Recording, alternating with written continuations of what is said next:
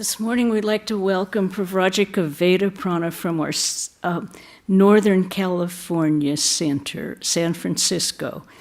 And she has been a member of the convent up there for over 50 years. We had a very nice retreat yesterday where she talked about how we can deal with our I. Today she's going to talk about the essence of Holy Mother. So please welcome her.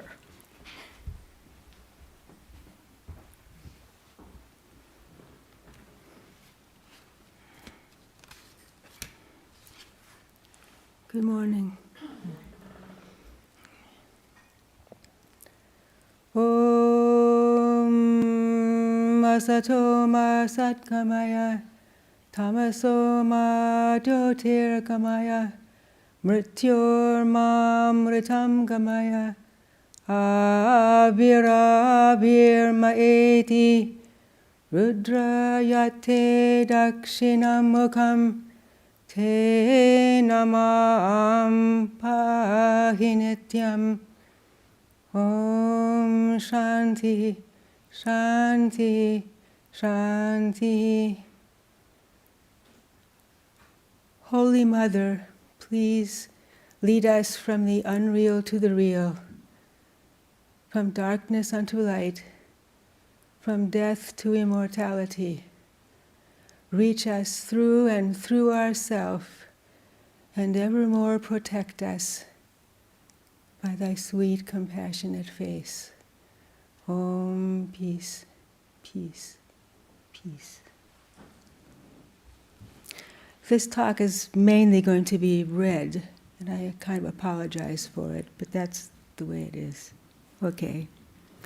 Holy Mother, the key to the essence of life. And I'd like to organize this morning's talk around 3 Upanishad verses: the Mundaka, the Taittiriya, and the Isha. First Mundaka, which begins its instruction, is a question. What is that knowing? What is that one thing to know by which we know everything in life? Yes. Mother knows this one thing. It's the spiritual ground of our life. And the Taittiriya Upanishad beautifully describes this spiritual ground. It's a long verse, and it's very beautiful. If you want to get a copy and read it, it's very, very powerful. It describes this spiritual ground as the rasa of existence, the meaning, the substance, the flavor, the vitality of our being, flowing through every particle of our life. This rasa is the source of all blessedness. Divine ground it is, it's bliss itself. Who could breathe, says the Upanishad, if this blessedness were not in the air? Becoming grounded in this ineffable, invisible reality, transcending the small separate self, we become fearless and we know what joy is. So, the one thing to be known, when Mother was just 14 years old, she went to meet her husband, her divine husband, and Kumar Pukur. And he was filled, of course, with the consciousness of God, with the consciousness of Mother Kali. And with complete reverence for his young wife, he began teaching her the skills of household management through steady reliance on God. He instructed her always to behave according to time, place, and circumstance. And this perspective was all-pervading, coming from his God-conscious mind. Because when you think of it, whatever path we have in life, we all need to know how to have a fresh spontaneity of insight through the changing situations of our lives, to know how to adjust ourselves to every situation. Ramakrishna also taught Mother the art of adjusting herself to each person according to their needs, wherever she was living.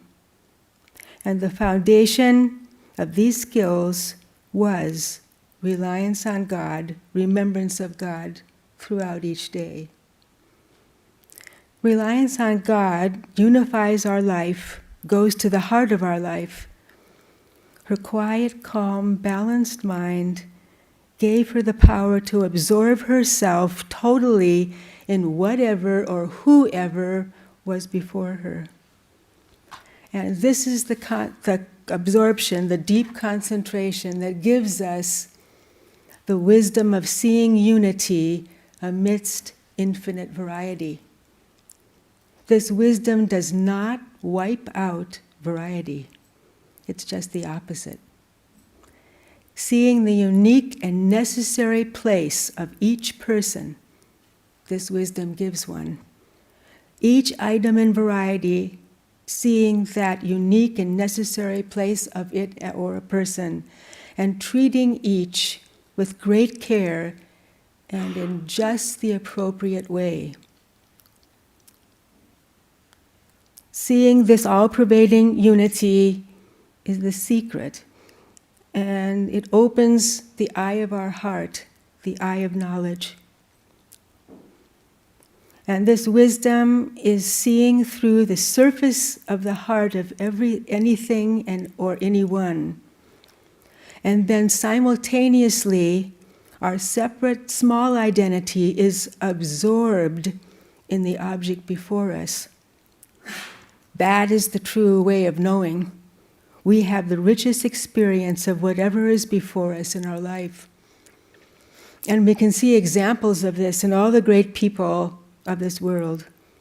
Great scientists, scholars, artists, athletes, a worker in any field.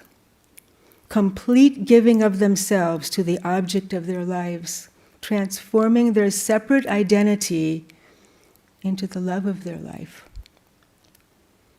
This is what gives anyone true humility. We find an infinite dimension to what we have consecrated our efforts around.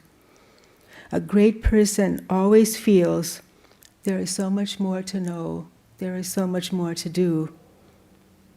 In fact, one can't even come to the end of the most mundane task when our heart is concentrated there. This wisdom opens the door of our hearts to the world of God, our true spiritual self. And Mother's life surely was the one thing to be known, embodied. Mother's life was grounded, as the Taittiriya Upanishad teaches. She was totally grounded in the being of Ramakrishna. And it's good at this, I feel, it's always really so inspiring and good to remember the details of her life when she lived at Dakshineswar, serving Ramakrishna while he was still living. She lived at the Nahabat, the bottom floor. And her room was octagonal and 7 feet 9 inches around. And there were no windows, and there was no bathroom facilities. And it had a small door, 4 feet 2 inches high, and 2 feet 2 inches wide. When she entered that door towards the beginning of her stay there, she would invariably hit her head on the upper frame of the door.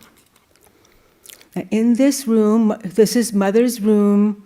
It was her kitchen, her bedroom, her shrine, and her storeroom. Rice and dal and pounds of flour, and pots of live fish hanging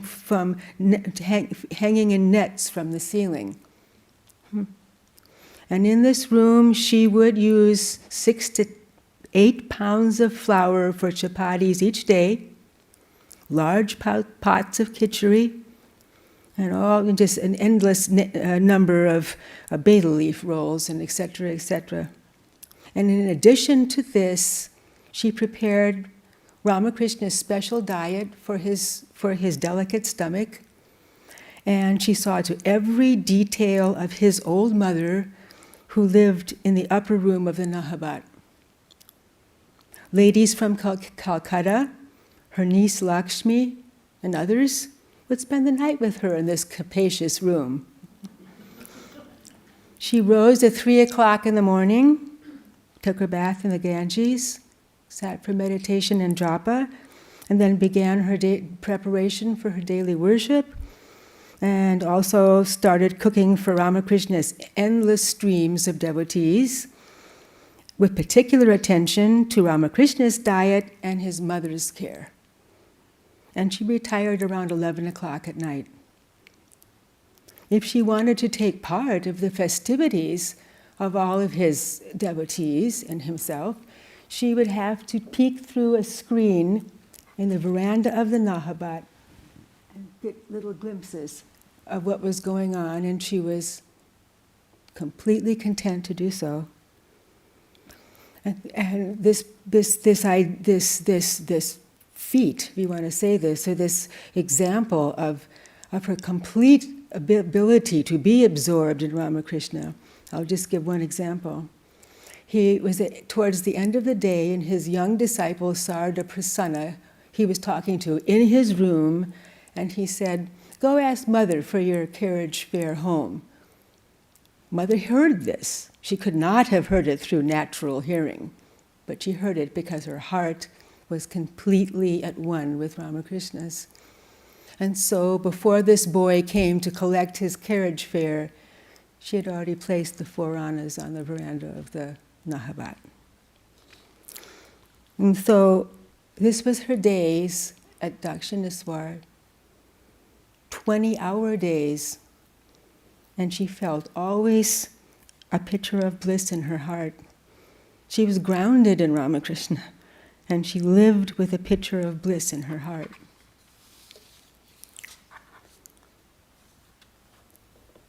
Why? Or how come? Renunciation, the third Upanishad's great teaching, that you cover everything in this world, every single passing thing in this world, with God. And that is renunciation. Because we don't stop at and become caught by externals. We can really enjoy this world then. Through renunciation only, we can really enjoy. And the Upanishad gives the secret of this renunciation. Make sure not to covet any of the world's passing wealth, because everything passing is passing and will pass. Go for the inner wealth, which is forever. Passing wealth may very well come to us, but we really know not to feel it belongs to us. Lord envelops this world, all belongs to God. Like a mantra, Mother instilled this in her children by her life, every day of her life. Mother had an experience at the very end of Ramakrishna's days. He was dying of cancer at the Kasapur Garden House, and she went to the Tarakeshwar Shiva temple to pray to Lord Shiva for his recovery. She vowed to lay before the image without food, without sleep, without even water, until he responded to her prayer. So for 2 nights and days, she was there. And then she heard this loud cracking sound, like a huge cudgel was striking a heap of earthen pots. And Mother stands up. She said, "What? What?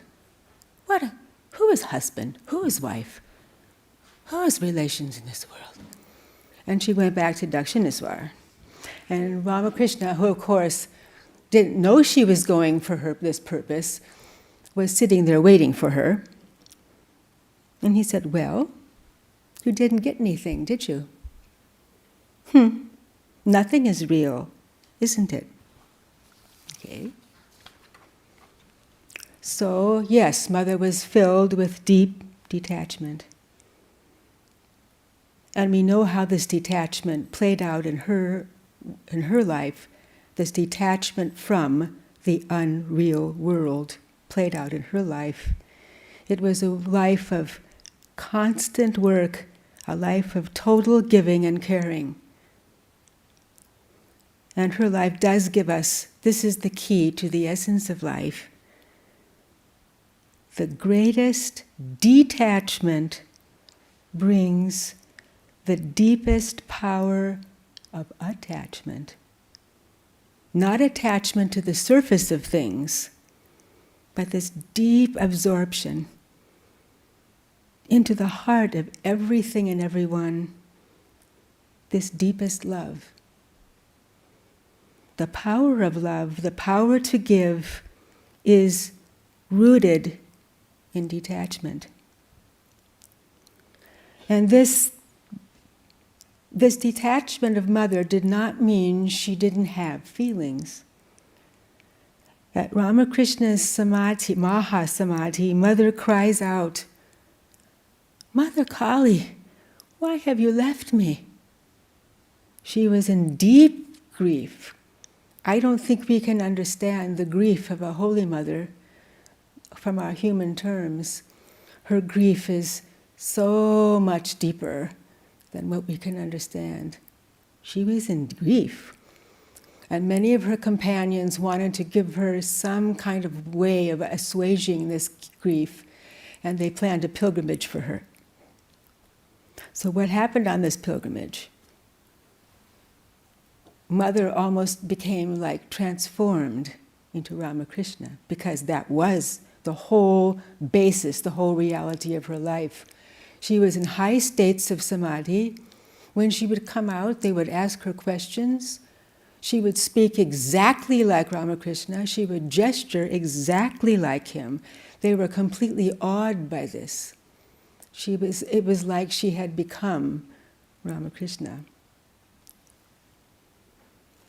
And this was, and let me see now. I don't have this, I have this written in, so let me just see what I...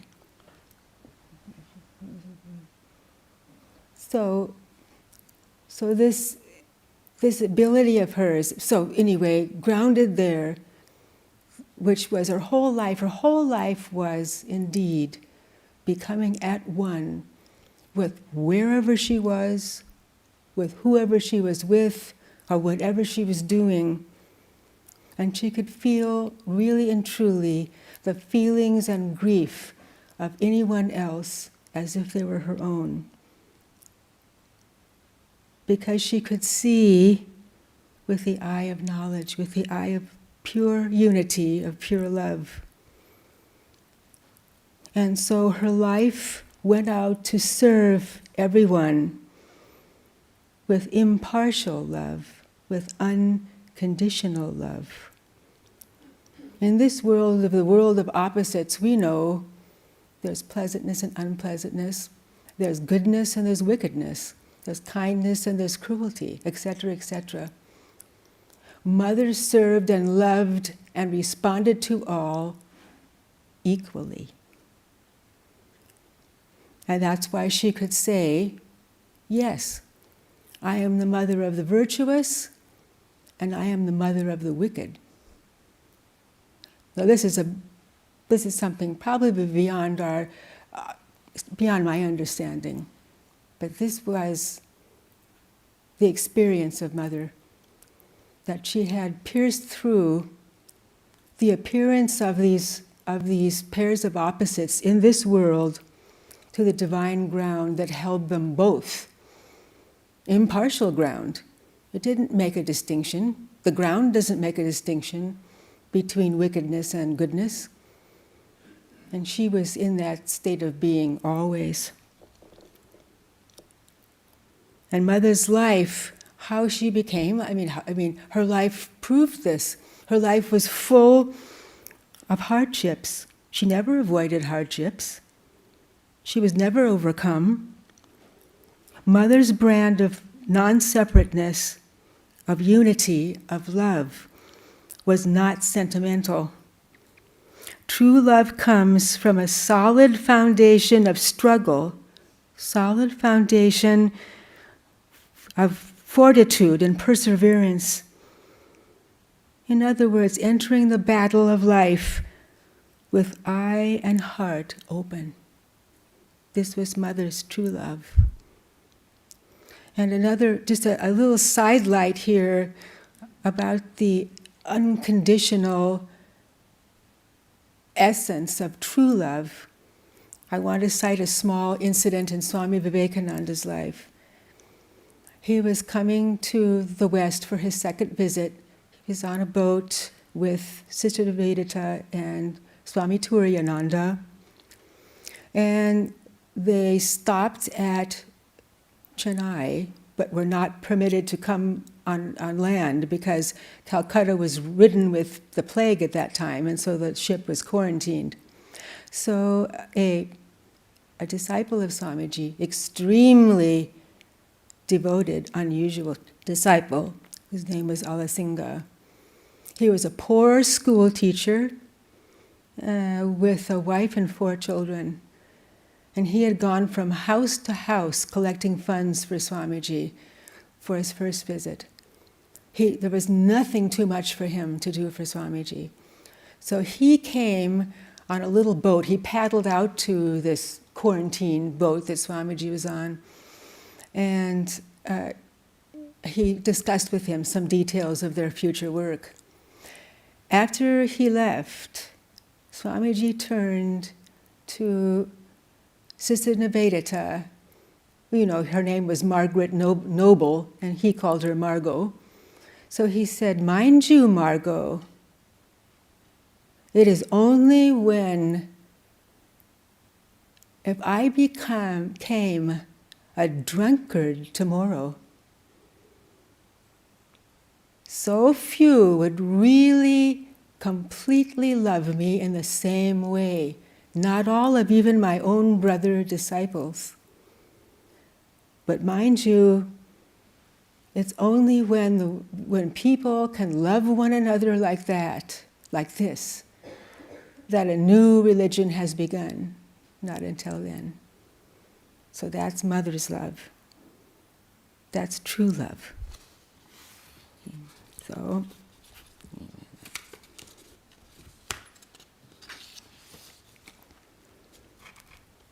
now, one of the things Mother emphasized a lot was contentment. She said it was the greatest wealth to have contentment.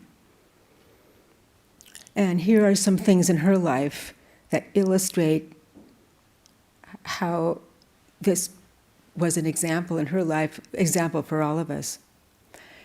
Before Ramakrishna passed away, when he was still at Dakshineswar, he asked Mother that after he died, that she would go to Karmarpurkur, his parental place, and live in his hut in his family compound there. And that the Dakshineswar temple he had made arrangements for this, would supply her with a monthly allowance to take care of her personal needs. What happened is that Ramakrishna had a nephew, and I can't remember the details, but he was not in a very good state of mind at that point, and he managed to convince the Dakshineswar officials to stop this allowance to Mother. So there she was at Karmarpurkur in her hut, and she had a small plot of ground, and she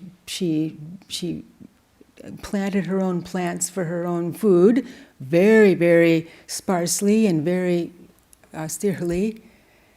And that's how she lived, completely content. Not only this, but Karmarpurkur was just a rural village of the time, And most of the villagers, not all, were very caste prejudice and very narrow-minded. So here comes Holy Mother, a widow. She had a bangle on, and she had a red border to her widow's sari. She was very much criticized and very much gossiped about on a regular basis.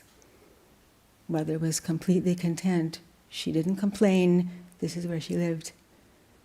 So finally, some of the devotees in Kolkata visited there, saw her conditions, and were horrified and brought her to Calcutta.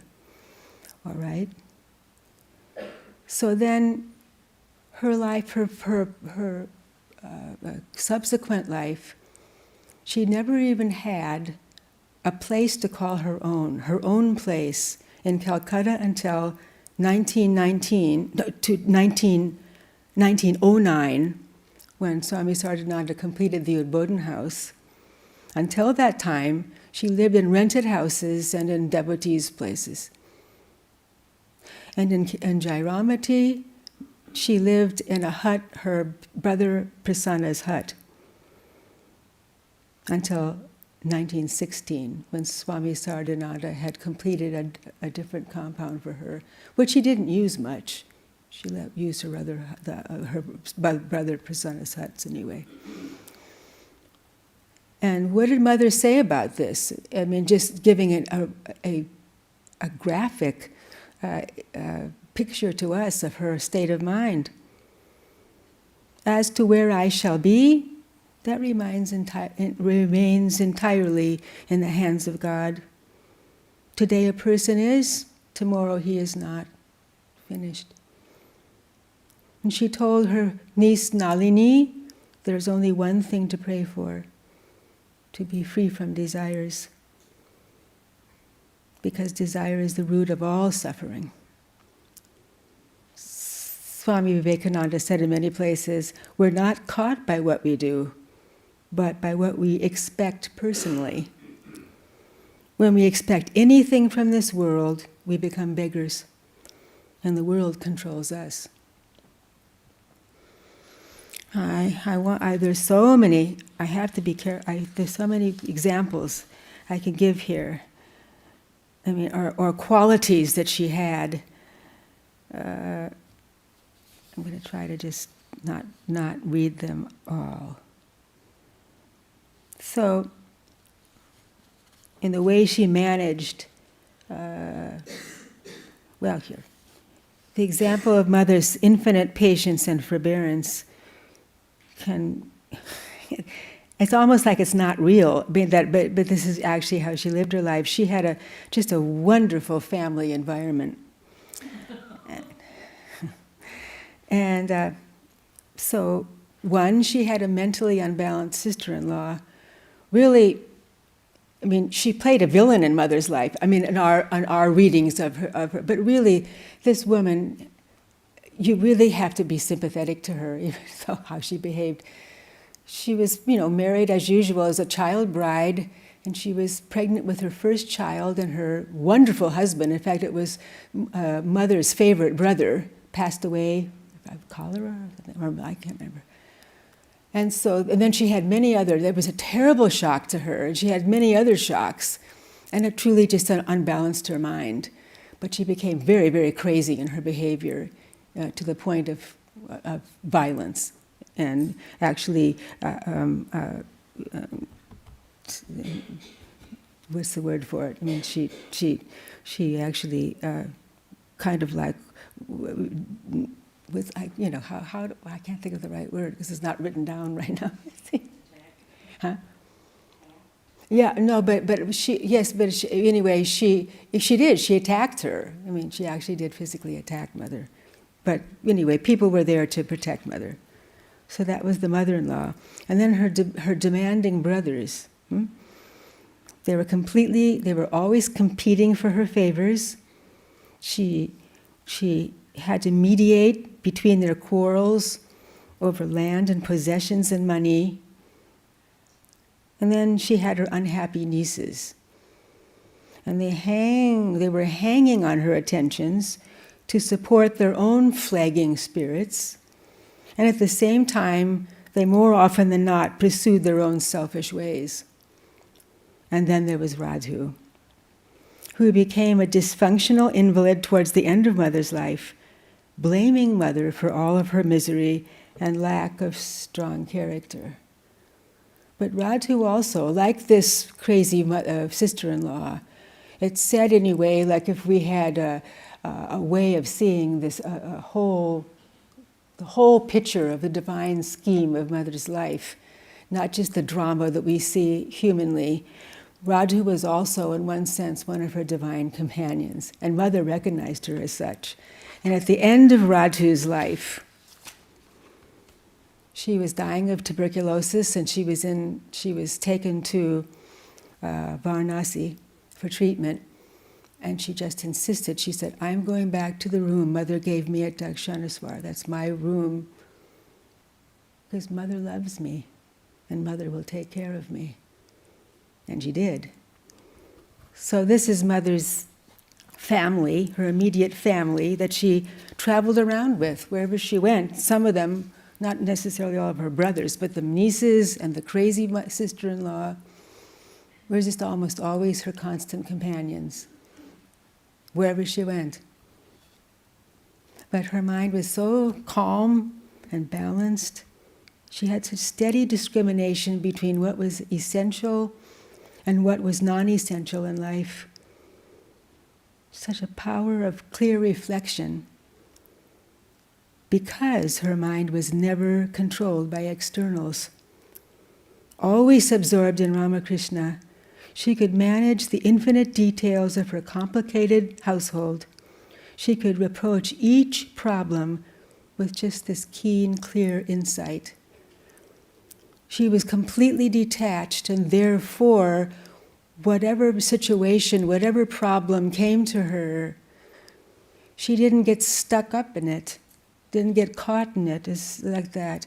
So her mind could operate just as a clear, free-flowing instrument.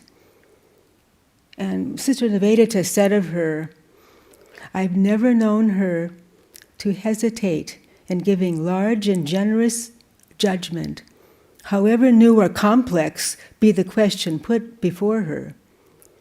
With unerring intuition, she goes straight to the heart of the matter and sets the questioner in the true attitude to their difficulty. This was Mother. And I have a few. Mother was absolutely practical, just like Ramakrishna was. I mean, especially in his life, we saw. I mean, he was more often than not in samadhi of one sort or another, and yet he knew where every single thing belonged in his room and how to place it and where to put it afterwards.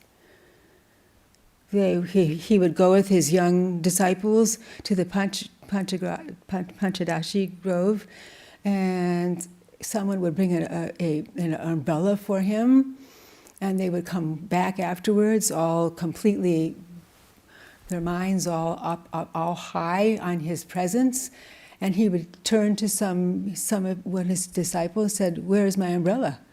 "Oh, I left it there in the front." "Oh." So he would have to run and get it. Think of that kind of practicality for something so mundane, like where was an umbrella that was brought for his use, and it has to be brought back and put into his house, into his room in exactly the right place. So here's a few examples. I could go on and on, but of how Mother's practicality. She arranged through Swami Sardananda to have a well dug at Jairambati, so the villagers could have clean drinking water. She knew when to buy paddy at the lowest price, and she knew all of the various village markets. She knew just where to buy what and how much it cost, and she would give her brahmacharan, young brahmacharan disciples, this will be enough for that, you get this here, you get that there. This is Mother's practicality. She arranged for a primary school to be started in Jairambati, and she had a maid in her household who had a grandson. He was the son of an illiterate farmer. She told that maid, "You give that boy an education." So he graduated from the Calcutta University and he became the head of a large high school. Anyway, those are some examples of Mother's practicality. And how much more should I say?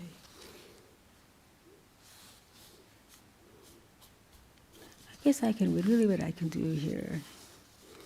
This is just, there are so many, and I can't give examples about all of them, but you've heard them all. But as far as I'm concerned, we can't hear them enough. So these are just, Mother's watchwords, I guess you could call them. No fault finding, no blaming the outside for whatever happens to us, and having loving, self-forgetting service, alert always to the needs of all around us, and work, no idleness. Work fends off idle thoughts and selfish thoughts. The mind is everything. Transform our inner life. No matter who sees us on the outside, that's not what's important, how they're evaluating us. We transform our inner lives, and we know we're transforming our inner lives. Because character is everything. Spirituality, in fact, is character. And Mother's some teachings, renunciation for both monastics and householders.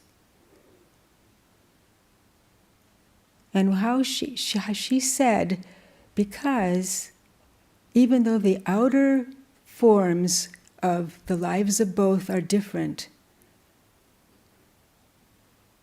the inner requirement for everyone's life is to bring God into one's life.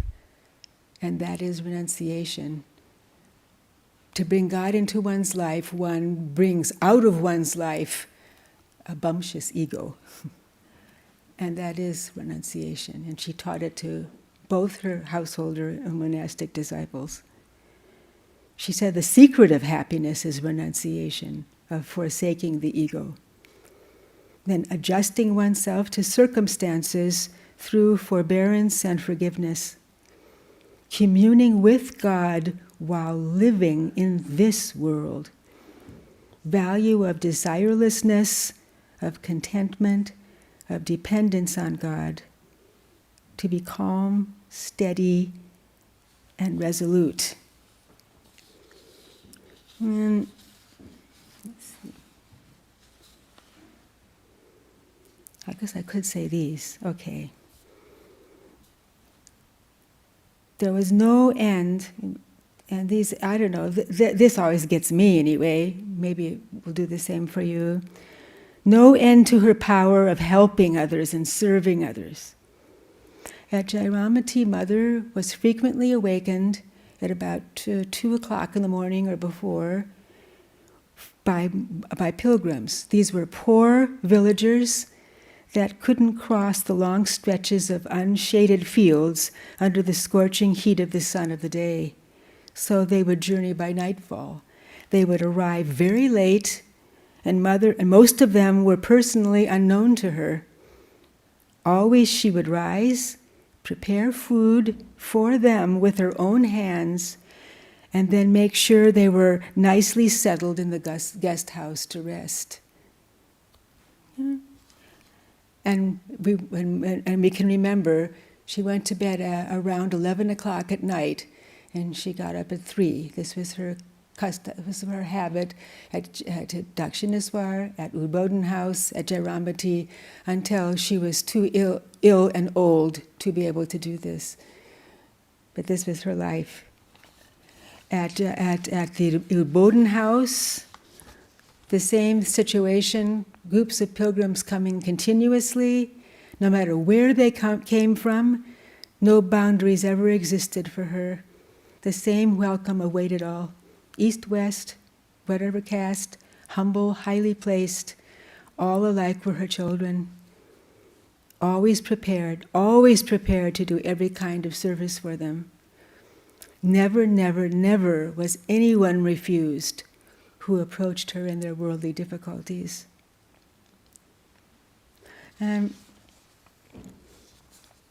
I want to say this is, for us right now, to think of Holy Mother, it may not be everybody's particular inclination to think of themselves as a child of the Divine Mother, but I think probably many of us maybe do in some way feel that way. And I think this is the most beautiful, I don't know where this came from. This is a description of a child and its mother, just one sentence.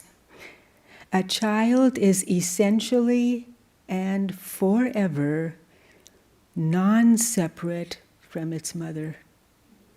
So mother would say, I am your real mother.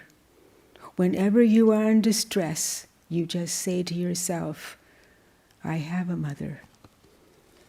And I want to close with a beautiful quote of Gopesh Maharaj, that's Swami Premeshananda in later life, because it just sort of sums up everything about mother's life with it, and he observed this because he lived with her there in Jairambati. In practical life, she moves about in a normal way, just like any one of us.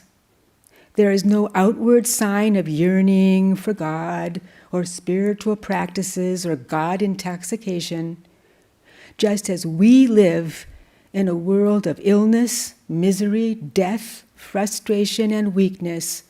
So did she. But she never felt suffocated by this. From the outside, her life is very common. She lives her daily life among ordinary village people. She cleans, cooks, nurses, and serves day in and day out. But through it all, she keeps her mind in God consciousness, her full inner illumin intact. So this is our Holy Mother, key to the essence of life. So I will close with this chant. Om Purnamada Purnamidam Purnat Purnamudachyate Purnasya Purnamadaya Purnameva Vashishyate. That is perfect. This invisible, the infinite, the Brahman. This is perfect, the visible, this world. This visible perfect comes out of the invisible perfect. The perfect having been subtracted from the perfect alone remains. Om, peace, peace, peace be unto us all. Okay. Do I read the instructions now? You can read what's happening next. Okay, so this week there's a class on Wednesday night. It's 5 o'clock on Swami Subodhananda, and a class on a class on Saturday at 5 p.m. on the Gospel of Ramakrishna. And the lecture this coming Sunday is by Swami Arupeshananda, and his topic is In Mother's Service. I'd like to hear that. So, I think that's all. Thank you.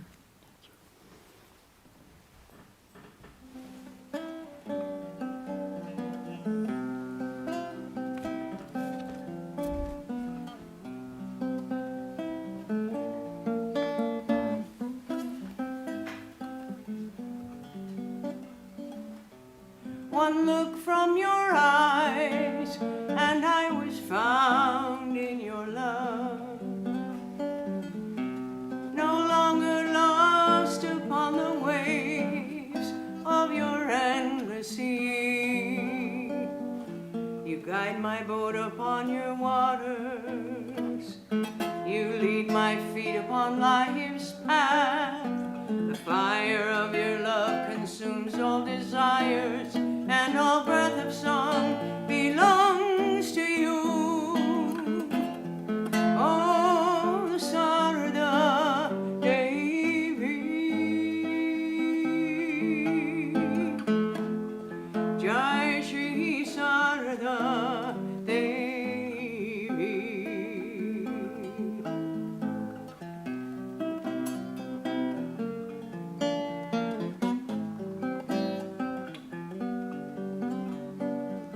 You are the light before our eyes, sweet inspiration of all art. You are the beauty in our lives, the sacred fire in every heart. From you are ever many faces, so many names in many places. The greatest gift, your graces, that draws us ever toward your face sublime. Oh, Sarada Devi, Jai Shri Sarada Devi, Shri Sarada Devi, ever blissful mother. You are all love and compassion for all of your children. Your power moves our feet in Shiva's dance. You hold our destinies in your hand, and hold the keys to the doors of life and death. We take refuge at your feet. Oh, Sarada Devi, Jai Shri Sarada Devi. Just one look from your eyes, and I was found in your love. No longer lost upon the waves of your endless sea. You guide my boat upon your waters. You lead my feet upon life's path. The fire of your love consumes all desires, and all breath of song belongs to you. Oh, Sarada Devi, oh, Sarada Devi, Jai Shri Sarada Devi, Jai Shri Sarada Devi, Devi, Devi.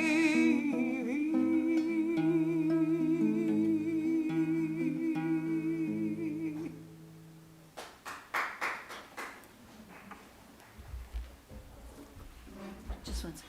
Thank you. We want to thank Pravrajika Vedaprana so much for coming down and being with us.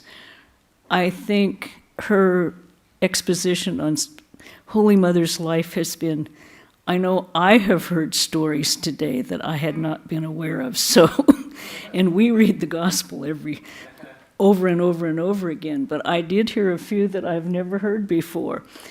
And we do hope she'll come back again and lecture with us. Okay. Thank you very much. We'll go. She'll be at the door to greet you all.